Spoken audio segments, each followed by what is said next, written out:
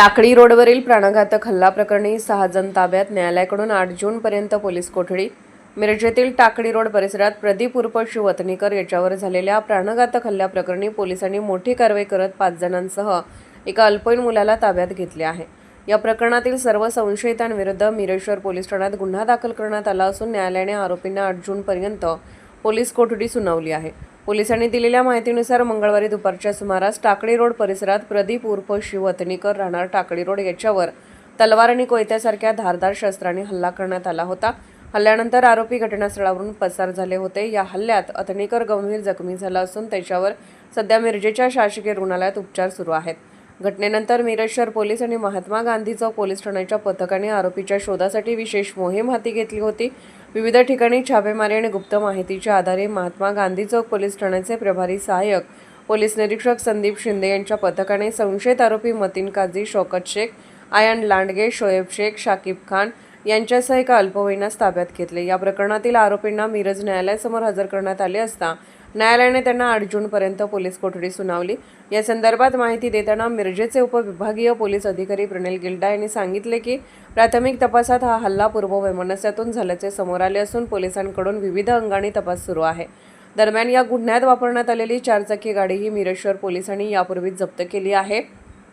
हल्ल्याचे नेमके कारण, कट रचण्यात सहभागी असलेले इतर संशयित आणि हल्ल्यामागील संपूर्ण पार्श्वभूमी याबाबत पोलीस अधिक तपास करत आहेत। विशेष म्हणजे अटक करण्यात आलेल्या मतीन काझी आणि शौकत शेख या दोघांची नावे यापूर्वीही विविध गुन्ह्यांमध्ये समोर आली आहेत। दोघांविरुद्ध मिरज शहरातील विविध पोलीस ठाण्यांमध्ये अनेक गुन्ह्यांची नोंद असून मतीन काझी याच्यावर यापूर्वी हद्दपारीची कारवाई देखील करण्यात आली होती।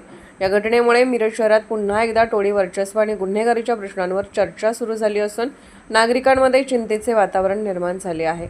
पोलिसांनी मात्र या प्रकरणातील सर्व पैलूंचा सखोल तपास सुरू असल्याचे सांगितले आहे।